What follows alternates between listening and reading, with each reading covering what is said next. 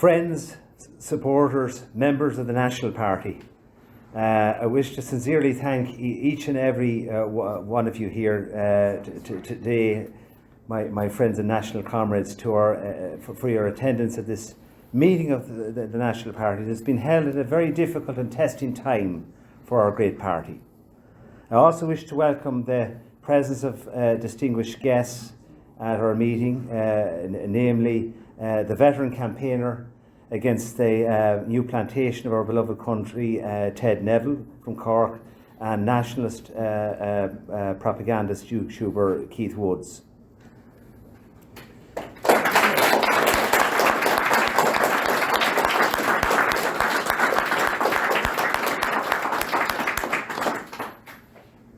And this meeting is of particular importance in view of the fact that it provides me with an opportunity to address yourselves, as well as by means of social media, the wider membership, along with the friends and supporters of the party, in this, my first official speech as President of the National Party, Uachtaráin na Páirtí Náisiúnta. I wish to thank all of those party members who have supported my fledgling leadership during this difficult and trying period for this party. I also wish to recognise the many party members and supporters who quite understandably feel confused by recent events, and they as well as you who are present at this meeting are entitled to answers, and this is what I am about to give. As you are well aware, I'm a long-standing friend of Justin Barrett for 29 years since we met in July of 1994, and for most of those years I have supported Justin through good times during the period of his notable politically successful years, as well as during the period of adversity in his life and personal difficulties that culminated in a personal collapse from back in 2008. I refer to Justin Barrett's considerable achievements as it is only right and fitting to acknowledge the immense contribution that he has contributed to Irish nationalist politics in modern times. And it is only fitting and appropriate also that I take this opportunity to acknowledge the immense contribution to Irish politics in modern times by two giants we are honoured to have in our presence in this room here today, namely Jerry Kennevy from Galway and my friend Ted Neville from Cork.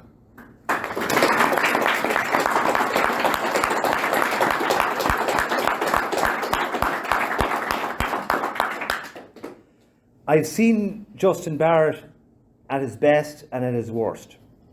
But in recent times, his fitness for leadership was seriously questionable. And eventually it proved the case that he was irredeemably unsuited to lead any political party, never mind a nationalist party. Thousands of people over the last 7 years put their trust in this party, canvassed for its candidates, supported it financially, and have attended party meetings and events. They joined the National Party for its nationalist ideology, for its mission of building up a successful political alternative which could challenge the establishment and elect candidates. It would have been a dereliction of duty to members to continue to turn a blind eye to the man's deficiencies, which were compounded in the past year or so especially. He became more withdrawn from the membership, from which he was always aloof. People had a feeling that things were running on empty and without a clear strategy at the top. That was accurate. He had to be pressured to do anything, such as simply to record a simple video or even to attend meetings. There was a total absence of any medium or long-term thinking. He fell off the wagon back in 2005 after the Life Institute expelled him in the middle of his Euro election campaign, and he turned into himself and began to drink heavily over the sudden end of his political career that resulted in his withdrawal from involvement in frontline politics, that resulted In the collapse of his first marriage and his first wife leaving him and taking their children with her. And during that period, when he was alone and drinking in the house and living in what I could say were awful conditions, I was his constant visitor, and he even had to break into his house along with one of his neighbours when the doors were locked and he was visibly lying unconscious in his underwear on the floor of one of the front rooms of the house in the winter time in sub-zero temperatures. And after breaking into the house, it was quickly discovered that the central heating wasn't on, and I had to call an ambulance, and he was, as he was clearly suffering from hypothermia, and we got him to hospital as soon as possible. Justin afterwards thanked me and that neighbour for saving his life. Thankfully, he did make a recovery, and he was in back by the time before the launch of the National Party that I co-founded with him in 2016. He was in a position to address meetings and in a position to re-enter frontline politics. He addressed very many successful NP meetings in July in July of 2002. One comes to mind, in the one that was held in Páirtí when the National Party economic policy was launched and the National Reset booklet was produced and distributed to that well-attended meeting. But the man had deep personal flaws, and he was an addictive personality. And an intervention, as I already alluded to, was necessary to get him back on track in his own personal life and to try to stop his self-destructive habit. And it was actually Paul and Patrick who managed to pull him back from the brink. Patrick Quinlan, who was sitting with me here at the top table.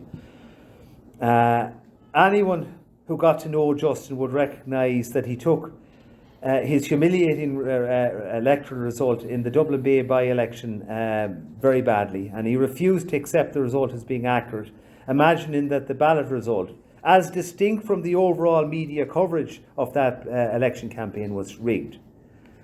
I warned him against running in that liberal Dublin 4 constituency that was always hostile to Irish nationalist values, especially because he would be putting his respectable electoral performance of nearly 2.5% of the first preference vote in the 2004 Euro elections at risk.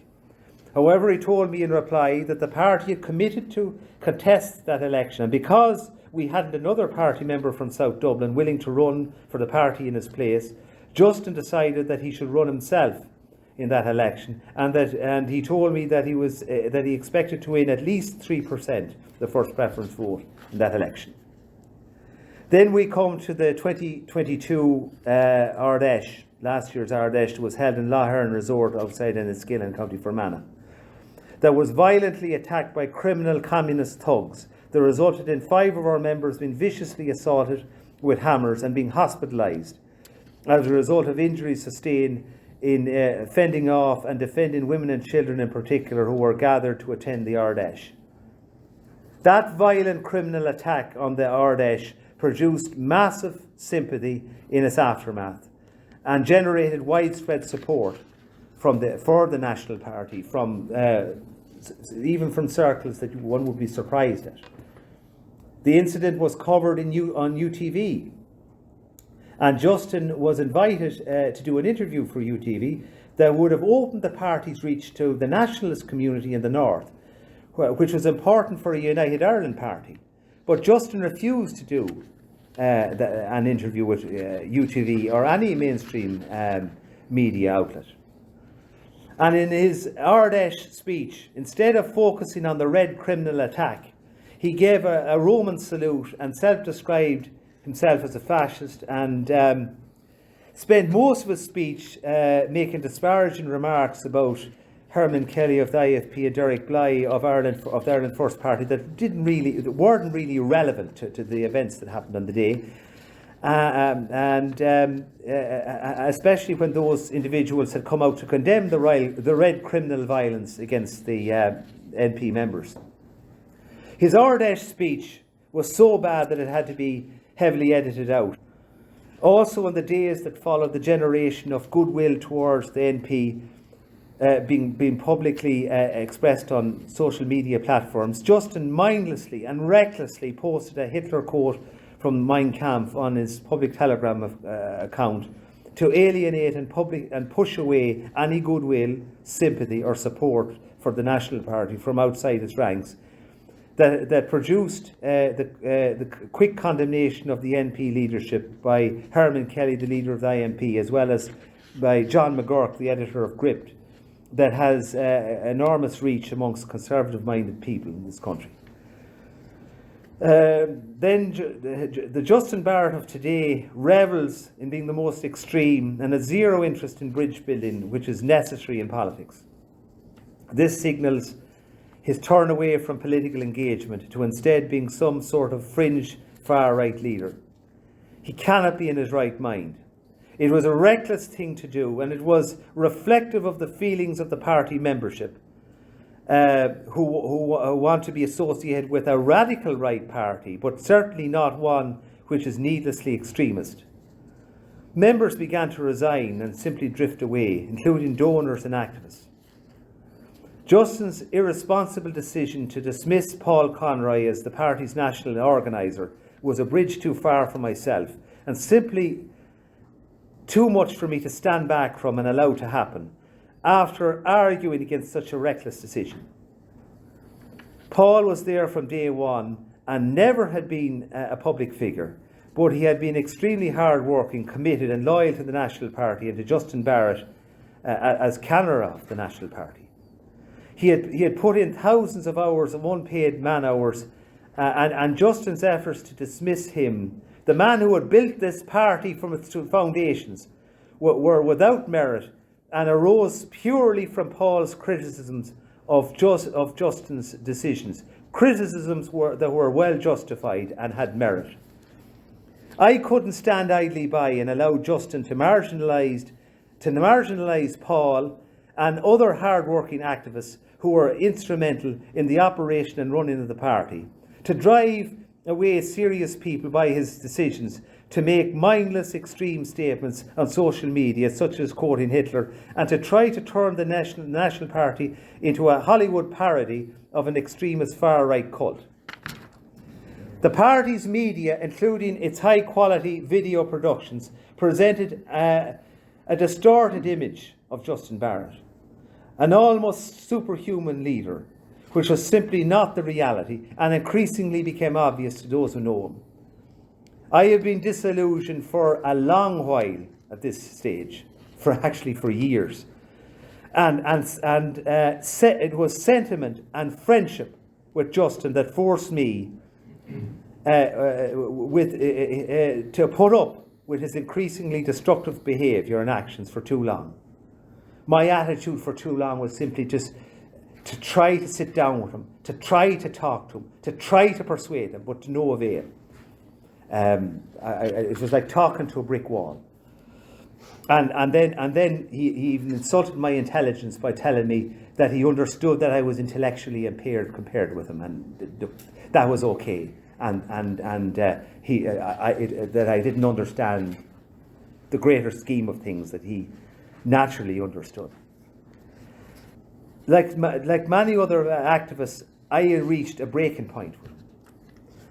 I had invested too much time, effort and money and my personal reputation and good name in the National Party project that I believe in, to watch it be destroyed from within by a man who was clearly incapable of leading this party or any party. After the launch of the National Party, I was put through the trauma of a litigation as a result of my involvement with the National Party, because of which resulted in my removal as treasurer of the ICSA farm organisation, that resulted in an unsuccessful High Court case which cost me €40,000 in legal costs, and my expulsion from that farm organisation that didn't matter. But during that stressful period for myself, I received very little by way of support or advice from Justin Barrett.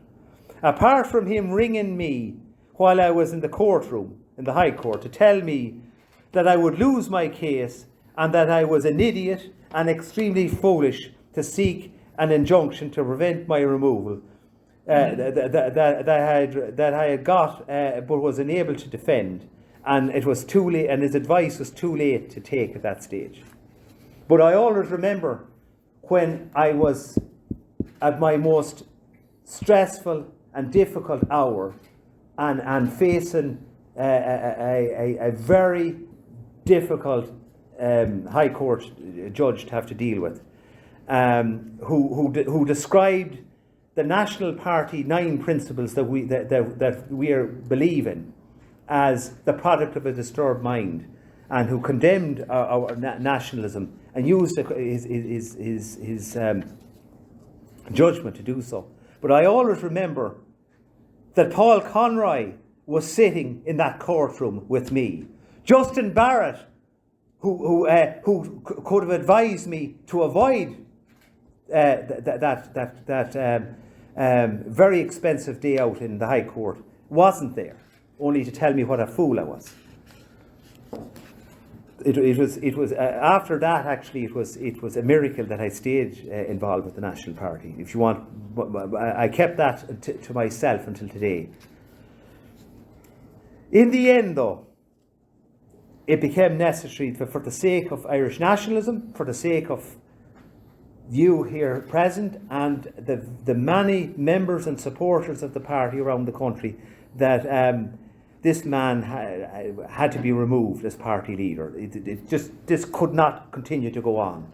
And in the end, he was removed as party leader by the rules and the regulations of the party's own constitution, the same constitution that was formulated and drafted and produced by Justin Barrett, and was lodged with the Dáil clerk Peter Finnegan in his office in Leinster House, and accepted as being a legal document when the National Party obtained political party registration in 2019.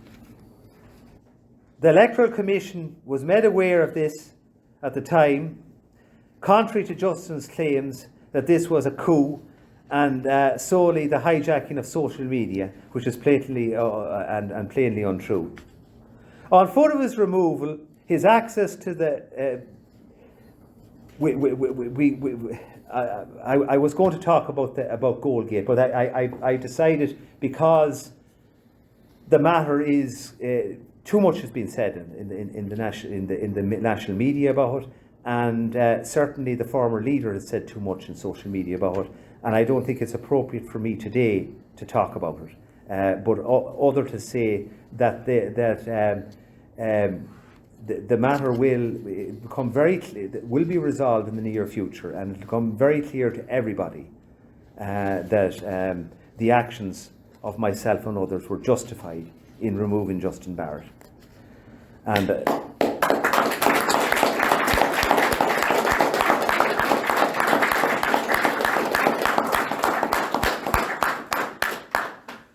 be assured that the new leadership of the party will be pursuing action to try and restore lost confidence and repair the reputational damage done to the party by the former leader.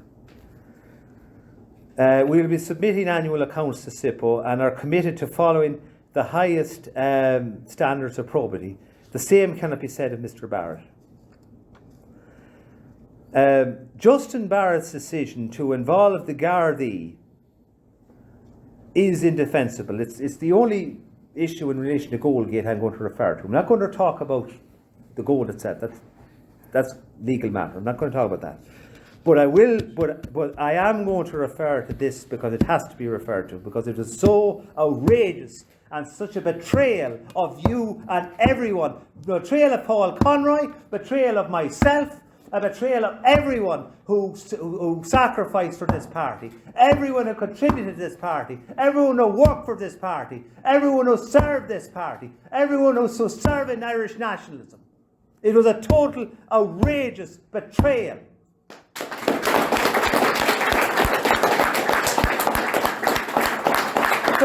For a former discredited leader who couldn't accept his removal with dignity and couldn't move, just go off in the sunset and do whatever he wanted.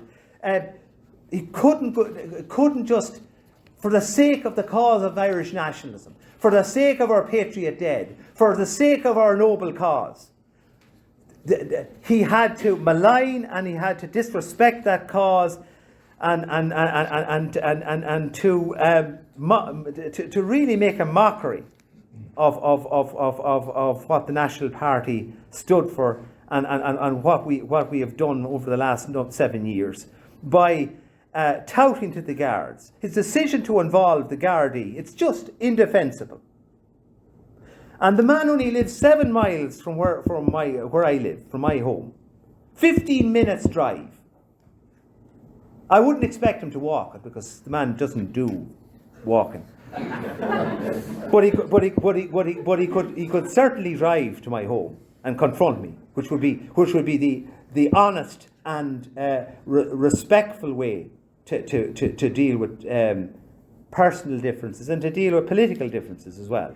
But he wasn't man enough. The man was a coward, as well as being an informer to the police of the regime, of the police of the state. He was also a coward. He couldn't face his best friend. I wasn't going to assault the man, I can assure you. I'd hear him out. I'd answer him, but I'd hear him out. But to this day, he hasn't been able to face me. He faces me on social media, but that's the keyboard warrior in him again. He could easily have driven to my home to meet me if he wanted to discuss matters. Instead, he chose to turn informant and involve the Gardaí in what is an internal party matter. He simply couldn't accept that he had been outmanoeuvred and that he had been removed as leader, having lost the confidence of most of the party's members. Some people watching this speech online may think I wasn't consulted about whether he should have been removed or not. I understand that feeling. Firstly, many people never saw him as he really was. And secondly, there wasn't a mechanism within the Constitution possible to call a vote of no confidence in him among the leadership, among the membership. We had to act decisively, and we did. Some people online have expressed dissatisfaction with the supposedly ugly war of words between Justin Barrett and myself and the National Party. They have claimed that neither side has covered themselves in glory and are doing a disservice to nationalism by engaging in a public squabble. But I would ask people to please think twice and ask yourselves, who has really been engaged in an unedifying public squabble? A single official statement was issued by the NP which addressed this matter until now. It was both measured and respectful, thanking Justin Barrett for his past service and indicating a desire not to engage in amateur dramatics online. I want to put this matter to rest. We cannot be sidetracked and waste years spatting over this with this bitter man. I am confident that soon the dust will be cleared, and it will be obvious to everyone that Justin's days of the National Party are long over. For my part, I am interested in looking to the future, and this is the theme that I want to address. I view myself as an interim transitional leader who wishes to bring about the reform of the party by way of necessary changes to that authoritarian party constitution, to make it truly reflect the constitutional republic that we as a party are committed to bring about as a form of government for our country. In conclusion, the ideology, that nationalist ideology, remains the same, and the party remains guided by the same 9 principles that underpins and forms the bedrock of party policies.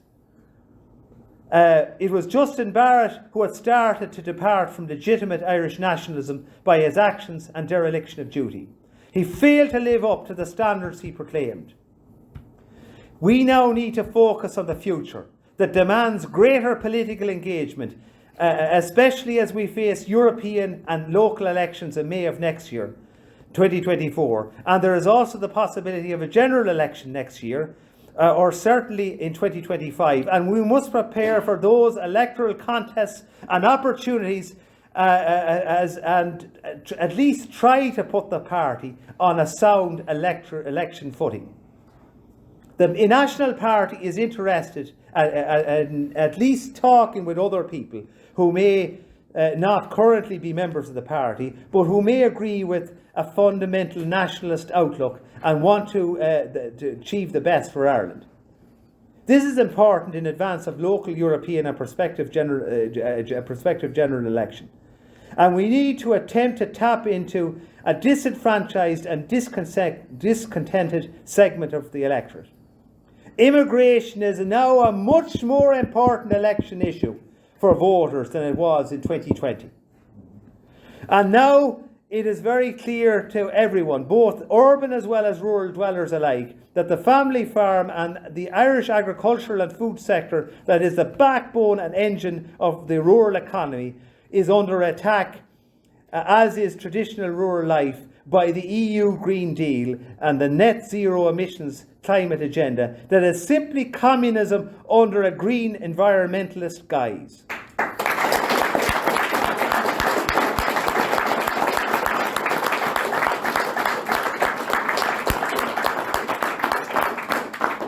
Tapping into anti-green populism offers the National Party great opportunity, because the National Party is capable of a professionalised campaigning approach which can tap into these constituencies and appeal to a growing discontented segment of the electorate whose livelihoods and way of life are threatened.